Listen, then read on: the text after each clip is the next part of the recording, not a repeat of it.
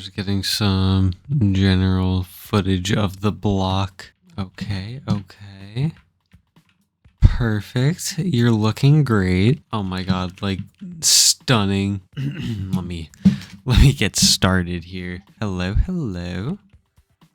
We are finally starting the series. I am deciding to just wing it and go with it. I'm going to record as much as possible, cut it all together. I don't even know if I'm going to include this, but you know what? That's all right. This version is a recreation, and for future reference, I will be using recreations provided by NASCO and some other creators down the line of old versions that aren't on the official launcher. On May 10th, 2009, gonna say this like we're a documentary YouTuber, PC 10 released under a wiki that I have sourced. It was also called like pre-classic unnamed build 1. In the description, I will have basically all of my sources on where I got a lot of the information. I literally have like my laptop to the side at the moment that has notes on it, so I can kind of have like a more concentrated view of what I'm talking about, I suppose. But for our first episode, we're on the recreation for PC 10, which is the first recreation available and also the first version listed on the Ultimate update sheet. Right now, as of what's in this game, it's basically just air and I have in quotation blocks. I don't think either of these have an individual ID at the moment or anything that really like associates them with being unique to one another besides just that. Obviously, we're able to move around. We're not able to really affect the world. We can't break or place anything yet. Not that there is much. I think OBS is only capturing the actual game screen and not like the title bar. But I do have coordinates up there. I was testing this out. You can kind of go infinitely out in those directions. And it will basically never end. So this is pretty much the only thing this version has to offer. I have a world set up on PC 131951. It's also a recreation provided by NASCO. And basically just to have a little bit more that I can do while I talk about stuff. We're on a cave game tech test world. I basically have individual worlds planned out for basically anytime the world generation updates. So as of right now, we're basically going to be on this world as a supplement for basically all of the cave game tech test versions that I have listed here. So I think I'm just gonna start filling in this a little bit and just continue on the like wall type of thing that I have going here. I'm trying to kind of like vary the heights of it so it looks somewhat like spikes, but not like... I want it to be kind of just like protrusions in the stone, but I feel like I'm doing this pattern of like 3 and then 1 way too much. So honestly, it brings up like a larger thing where like in building, I always like overthink what looks natural because in my brain, like nature to some extent is random, or at least natural generation in these worlds is to some extent random. So how do I portray that in like an accurate sense, where like it doesn't feel like I'm creating that like 3x1 pattern over and over again? Because I feel like, granted, I'm probably the only one that sees it or notices it, or I'm like hypercritical of, but I can't help it.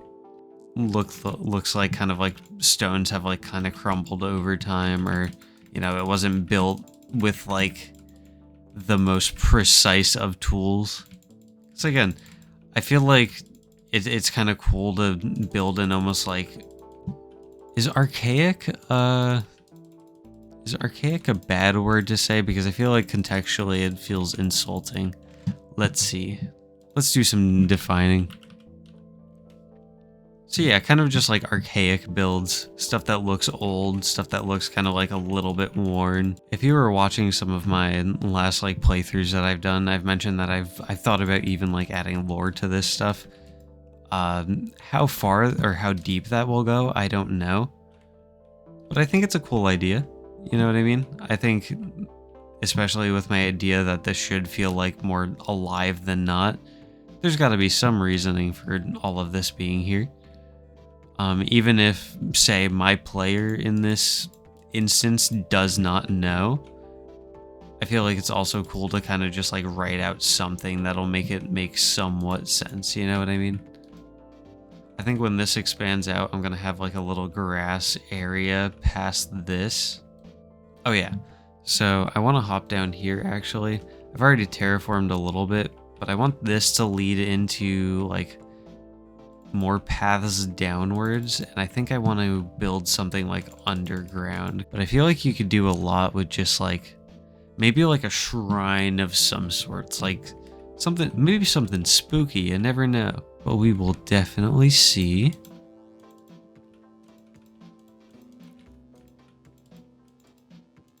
I've been playing older versions quite a bit, obviously, kind of given the fact that I've been writing out a document trying to figure out what world path to go through. And playing on these old versions, given how little you have access to, it has kind of forced me to learn how to terraform to some extent, which has been cool, been kind of fun.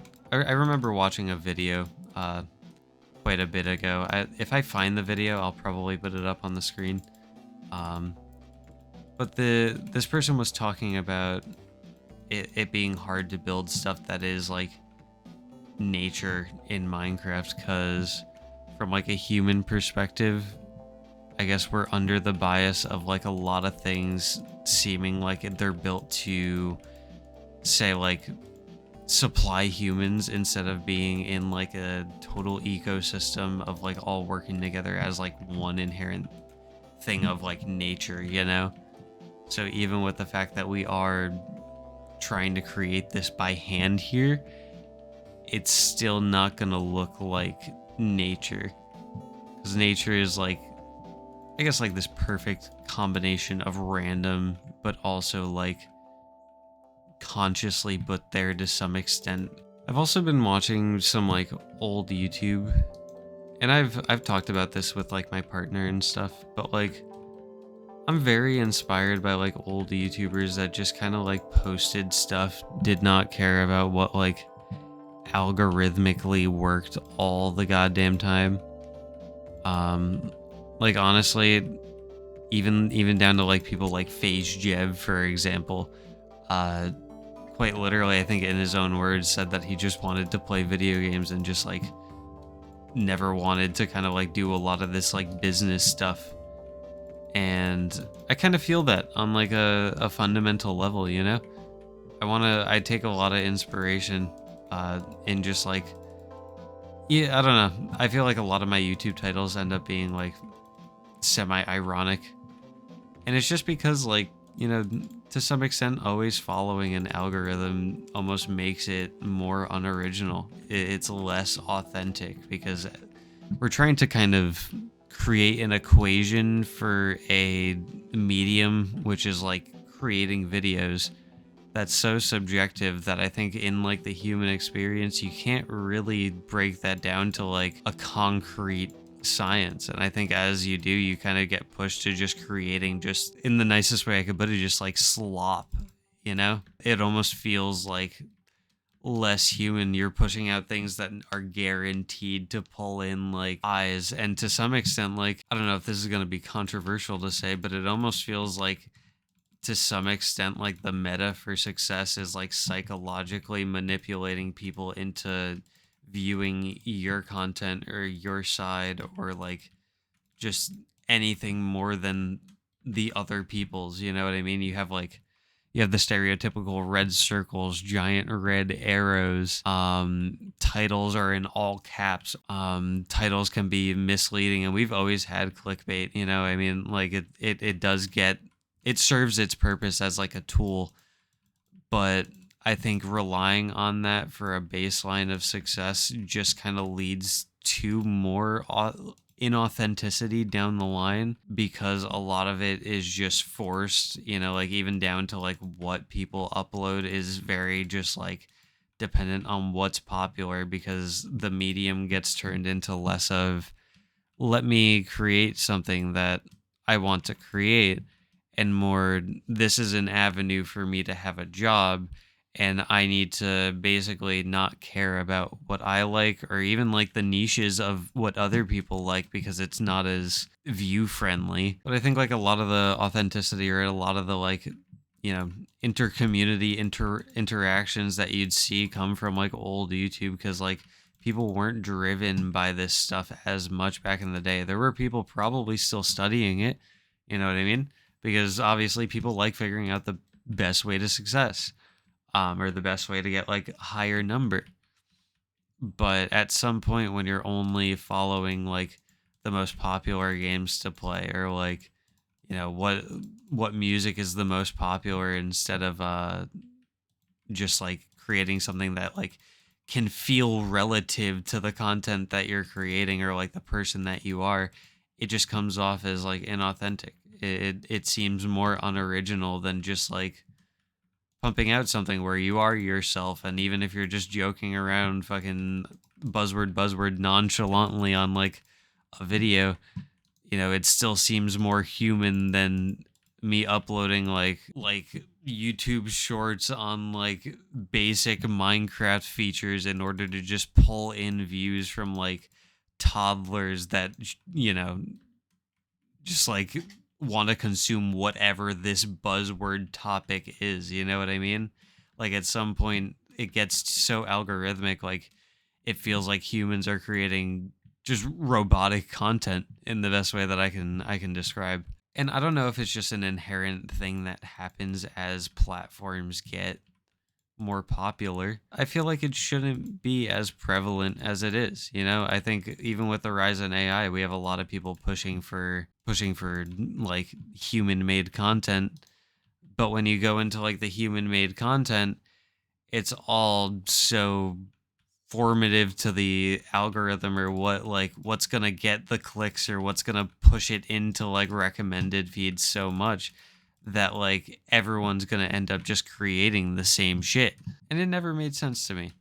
And it also saddens me, you know what I mean? There a lot of, even like the semi parasocial relationships you'd have as like a kid watching YouTube back in the day came from like the fact that this was just like some dude or some lady just recording some shit in their bedroom, and like you could almost feel like the secondhand embarrassment from them talking to themselves. But that's what made it more human. I wanted this to kind of be, like I was mentioning before, more archaic and just very like stone themed. So I added a little arch behind this other little arch, right? Right? And then we come up here. As you guys saw, we have just a walking platform, but I've added some spikes that kind of like protrude inwards a little bit. Also just some various things that kind of like protrude upwards. I think it almost makes it look more evil. Granted, big spikes, sharp, danger, makes sense. Hopping down here now, I've kind of added like pseudo pillars right here. That kind of expanded out into more of like a walkway. We walk through here. We have a little cave entrance to the left, and then I started an actual like walkway down. And while I was coming down here, I noticed that like the shadow above formed into like a heart. So I broke a couple blocks, and I'm gonna leave that there. I think once lighting updates, this is basically gonna be useless, but for right now, we'll leave that. And the path just continues this way, and this is where I got to, at least before I got off last night. But I want this to lead down to the bottom where we'll have something, I want to say, much more grand. I want big pillars, big walkway, big open space. I was literally joking with my partner that I want to go play Diablo to get some like architectural inspiration for this thing. Just wanted to show off kind of what I have at the moment. We are back. My mic settings have been at like 50% because I think I lowered them in the NVIDIA control panel. And I've said every time that I record, I'm going to change it, you know? Like, easy fix. I've forgotten the last 5 times. Anyways, I built a little bit more. I made some more spikes. I terraformed around here so that it isn't like all cave entrances. More spikes. And I also continued the path downwards. I finally made it reach like the bottom of the world. And I think if we update it a little further, lava should show up. That might be an in-dev though, so I don't know if that'll actually happen to this specific world or not. But since it's cobblestone, I can kind of mine it into the void, so it can look cool either way. I'm still thinking of what to build down here. I considered having like a big kind of like archway leading out one of these directions. The sad thing is I don't know which way north is. I could probably check through like MC Edit or something like that, but I kind of want like a big archway in like the center of this somehow. And or just generally anywhere, and then I could have like paths leading through all of the worlds, if that makes sense. It would be cool since like I will be building in like chunks of like or with like squares. I could just have them on each like axis and then I can like connect them all like that underground. But I don't know the logistics of that. I built a little bit further down, have a little archway going over here, a little bit of sun showing on this. And then I just started kind of like staircasing downwards just to make it a little bit simpler, because my idea was like as we get further down, it's clearly more human made or just like clearly more consciously built. So this leads all the way down, and then this is the bottom of the world right here. And this is where I'm confused because I could probably leave it void as well. That might be cool. But on like the walls back here, like I kind of want to have like a doorway like that, maybe even in like the shape of like a portal.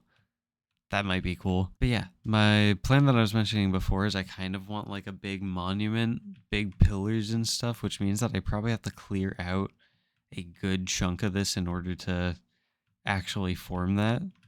And I don't know what style to build it in, so I'm gonna have to like look up some inspiration for like temples and like dungeons and stuff. I kind of want to make this like a sharper spike upwards. So I'm gonna work on that. I say a lot. That's something that I've been trying to work on, especially when I record videos, is I know I'm not good at just like free balling and just like saying shit, I suppose, if that makes sense. So coming up with things to say like for a continued period of time is a little difficult. I like this, but like I kind of want to have this like expand out more this way, so it kind of looks like a cave entrance into a spike. And it is a little annoying sometimes to build on this version because, as you can see, I can't place cobblestone right there. It has to be at like this layer or above. So we'll just do what we can with that. And also, a topic that I actually kind of wanted to talk about is the content in this series, because I probably don't have that much to say or add to what other people have said about these versions, at least in the form of like a technical coding analysis of it, if that makes sense. And much like my other series where I was playing through like 1.0 and 1.1, I just talk about stuff. And I kind of wanted to morph those into just this, where I'll talk about the general features added as like a little introduction to the series or the episodes. And then eventually I just go on talking about random stuff. Because honestly, even when it comes to the stuff that I'm building, I don't tend to have much commentary on what I'm doing, especially as we have a very limited block selection and just like anything to work with like that. Interaction bait, leave answers in the comments. Yeah, this is interesting. For some reason, I don't know why, it's reminding me of, I think his name's just Rhino from Spider-Man. Like it kind of looks like a rhinoceros with its like thing. Its horn. Yeah. Wait. Yeah. I don't know what I'm talking about. I'm so sorry. I was also thinking of kind of like maybe building this up a little bit more, or just like adding kind of like more ruggedy stones as like the border, just because I think the outline of it looks a little bit too clean. So I think I'm going to work on that as kind of like the last thing that I show off. And then I think I'll end off the episode there. Again, interaction bait, interaction bait. Leave a comment what you want me to speak about, or if I can add anything to the commentary of what I'm seeing in these versions. I do want to show off like some other stuff, like recreations that I don't think many people go through. And I have a very loose kind of idea of what's considered like cheating when it comes to these poly worlds. So I just kind of want to morph this into just one giant, really cool looking world at the end of it. So stick around. I just kind of roughed out the edges of my little outline here for whatever this thing is. Just so it isn't as flat. A couple more spikes were added. I'm actually going to add that there so it kind of like protrudes up a little bit more. Bam. That doesn't look good. Whatever. But yeah, even over here, just kind of added a little bit to the side. There's only so much that I could do when it comes to that, because I can't really like even begin to place cobblestone there. So like maybe, I don't know. I think that's where I'm gonna end it, just for the first little like pilot episode. Again, all the resources that I'm gonna be using for this series are gonna be in the description. So the GitHub for the recreations, the update lists that I have. So like the ultimate update sheet, Slim's update sheet will be down there. And then also just some of the wikis that I've looked through. I hope you guys have enjoyed. I'm excited to get started on this. And also, I'm probably not going to go with like any specific theme for building. I want it to still kind of look tastefully like cohesive, but there will be this kind of structure near probably something that looks like an office building at some point. So we'll see. I obviously haven't gotten very far yet, but I'm excited. And I hope you guys are as well. And I hope you enjoyed, as I said before. So I will catch you later. Bye bye.